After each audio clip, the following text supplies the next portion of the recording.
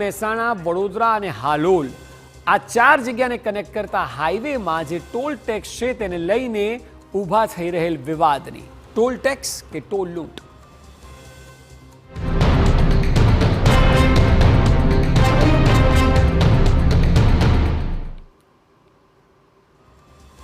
Ahmedabad Mehsana highway અને Baroda Halol highway પર transport association દ્વારા વિરોધ કરવામાં આવ્યો હતો. પ્રદર્શનકારી તમામ લોકોનું કહેવું છે કે છેલ્લા 20 વર્ષથી અહીં ટેક્સ વસૂલાય છે, સુવિધા નથી અને 500 કરોડમાં બનેલા હાઈવે પર 3000 કરોડથી વધુ રૂપિયા તો ઉઘરાવાઈ લીધા છે. આ લૂંટ બંધ થવી જોઈએ, સરકારે આ કેસમાં દરમિયાનગીરી કરવી જોઈએ એવી લોક માંગ છે. જુઓ લોકોનો આક્રોશ.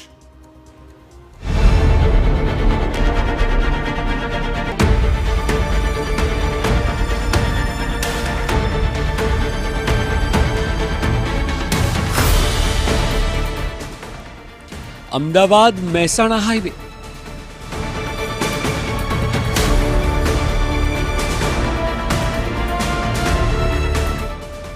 Baroda Halol highway,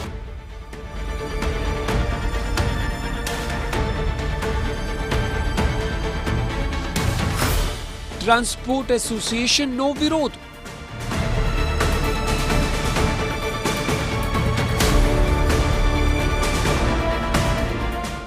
toll tax કે ટોલ લૂંટ, આ ત્રણ દ્રશ્યોને જુઓ. શહેરો આપને અલગ અલગ દેખાશે, પરંતુ સ્થિતિ તમામ જગ્યાએ એક સમાન જોવા મળી રહી છે. અમદાવાદ મહેસાણા હાઈવે અને બરોડા હાલોલ હાઈવે પર ટ્રાન્સપોર્ટ એસોસિએશન દ્વારા કડક વિરોધ પ્રદર્શન કરવામાં આવ્યું છે. તમામ લોકો અહીં ઉઘરાવાતા ટેક્સનો વિરોધ કરી રહ્યા છે. લોકોનું કહેવું છે કે જે કંપનીનું આ ટોલ બૂથ છે તેણે તો પોતાના ખર્ચના 6 ગણા સુધી કમાયા છે અને હજી પણ આગામી વર્ષો સુધી ટેક્સ ઉઘરાવવાની વાતો કરી રહી છે, જેનો તે વિરોધ દર્શાવે છે. હાથમાં પેમ્ફલેટ અને મોટી સંખ્યામાં લોકોનો જમાવડો. આ તમામ લોકો વિરોધ કરી રહ્યા છે ટોલ ટેક્સનો. લોકોનું કહેવું છે કે 2001થી અહીં ટોલ ઉઘરાવવાનું શરૂ થયું છે અને હજી પણ તે યથાવત છે.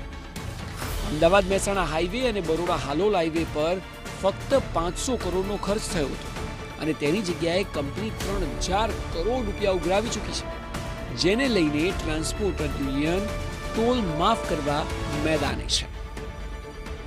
અમે અહીંયા એક વિરોધ દર્શાવવા માંગીએ છીએ અને અમારો એક મેસેજ સરકારને પહોંચાડવા માંગીએ છીએ, જેના માટેના અમે લોકો અત્યાર સુધીમાં બધા પ્રયત્નો કરી ચૂક્યા છે કે આ મહેસાણા અડાલજ રોડ અને બરોડાથી હાલોલનો રોડ કે જે રોડ 500 કરોડ રૂપિયામાં બનાવવામાં આવ્યો હતો 2001 અને 2003માં, જેમાં આજ સુધીમાં આ ટોલની માલિકે એક લિમિટેડ કંપની છે જેણે 3000 કરોડ રૂપિયાનો ટોલ ઉઘરાવી ચૂક્યા છે અને છતાં પણ સરકાર પાસે રજૂઆત કરી છે કે અમારે હજી 1900 કરોડ ઉઘરાવવાના બાકી છે.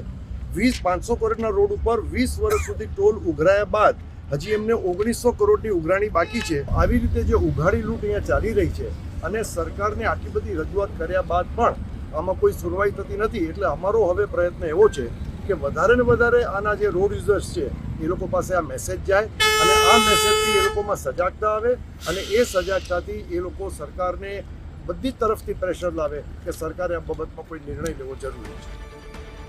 આ તરફ બરોડા ટ્રાન્સપોર્ટ એસોસિએશન દ્વારા પણ વિરોધ પ્રદર્શન કરવામાં આવ્યું હતું. તમામ વિરોધ કરતા લોકોનું માનવું છે કે સરકારને સતત રજૂઆત કરી, પરંતુ કોઈ પણ પગલાં લેવામાં નથી આવતા. આંદોલનને અખિલ ગુજરાત ટ્રક ટ્રાન્સપોર્ટ એસોસિએશનનો સપોર્ટ છે, ત્યારે આવનારા સમયમાં વધુ આક્રમક પ્રદર્શનની પણ વાતો કરવામાં આવી છે. એને 2 વાર તો ટોલ પ્લાઝો એના શેર વેચી ચૂક્યો છે. પહેલાં 565 કરોડમાં, હમણાં આ વર્ષે એને 732 કરોડમાં વેચ્યા છે. ડિવિડન્ડ આપે છે 650 કરોડ રૂપિયાનું શેર હોલ્ડરોને અને એમ કરીને મને નુકસાની ગઈ 10 વર્ષનું એક્સટેન્શન આપો, એટલા માટેનો અમારો વિરોધ છે. આજે ટોલ પ્લાઝાનો બહિષ્કાર કરી સરકારને અમે અનેકવાર રૂબરૂ મુલાકાત લેટરો દ્વારા વાતો કરેલી છે અને આ આંદોલન આજે કરતાં પહેલાં અમે 2 તારીખે અમે સીએમ સાહેબને લેટર લખેલો છે પુરાવા સાથે કે આનો કાંઈક યોગ્ય રસ્તો કરો, ને કે 21 તારીખથી અમે બહિષ્કાર કરશું. જો હજી આમાં આજે કંઈ સરકાર અમને જવાબ નહીં આપે, આક્રમક પગલાં અમે આના પછી ઉઘરાવશું. આ તરફ મહેસાણામાં પણ ભારે વિરોધ પ્રદર્શન જોવા મળ્યું હતું. ટોલ ટેક્સના વિરોધમાં તમામ લોકો એકઠા થયા અને પોતાનો વિરોધ કંઈક આ રીતે પ્રદર્શિત કર્યો. વિરોધના ભાગરૂપે જ ટોલ રોડના બદલે વૈકલ્પિક સર્વિસ રોડ ઉપર ટ્રાન્સપોર્ટના વાહનો દોડાવવામાં આવ્યા હતા. લોકોનું સ્પષ્ટ માનવું છે કે 500 કરોડની સામે 3000 કરોડ ઉઘરાવ્યા એટલે હવે તેઓએ યાતાયાત માટે અન્ય માર્ગ શોધી લીધા છે. અમે લોકો રસ્તા અલગ અલગ રસ્તા શોધી લીધા છે કે ભાઈ જેને અમદાવાદ જવું હોય તો વાયા રામપુરા ગોજારિયા ગાંધીનગર અને થઈને અમદાવાદ જઈ શકે, સુરત જઈ શકે. અને જેને આપણે કડી જવું હોય, કડી, સાણંદ, બાવળા, ભાવનગર, રાજકોટ એ રૂટ ઉપર જવું હોય તો બી અહીંથી સીધા આપણે જોટાણા, કડી અને સીધા ત્યાંથી નીકળી શકે છે. તમામ જગ્યાએ ભારે માત્રામાં વિરોધ પ્રદર્શન થઈ રહ્યું છે. ત્યારે સવાલ હવે એ છે કે શું આખા કેસમાં સરકાર કોઈ પણ પ્રકારની દરમિયાનગીરી કરશે? જે પ્રકારે ટ્રાન્સપોર્ટ એસોસિએશનની માંગ છે, શું તેને સ્વીકારવામાં આવશે? શું નાણાકીય વસૂલાતની જે વાત છે તેનો હિસાબ થશે ખરા? કે પછી સરકાર જો માંગને નહીં સ્વીકારે તો હડતાળ યથાવત રહેશે? આ તમામ સવાલો છે કે જે હાલ ઊભા થઈ રહ્યા છે. ત્યારે જોવું રહ્યું કે આગામી સમયમાં સરકાર આખી ઘટનામાં વચ્ચે આવે છે કે પછી ટ્રાન્સપોર્ટ એસોસિએશનની માંગને દરકિનાર કરવામાં આવે છે.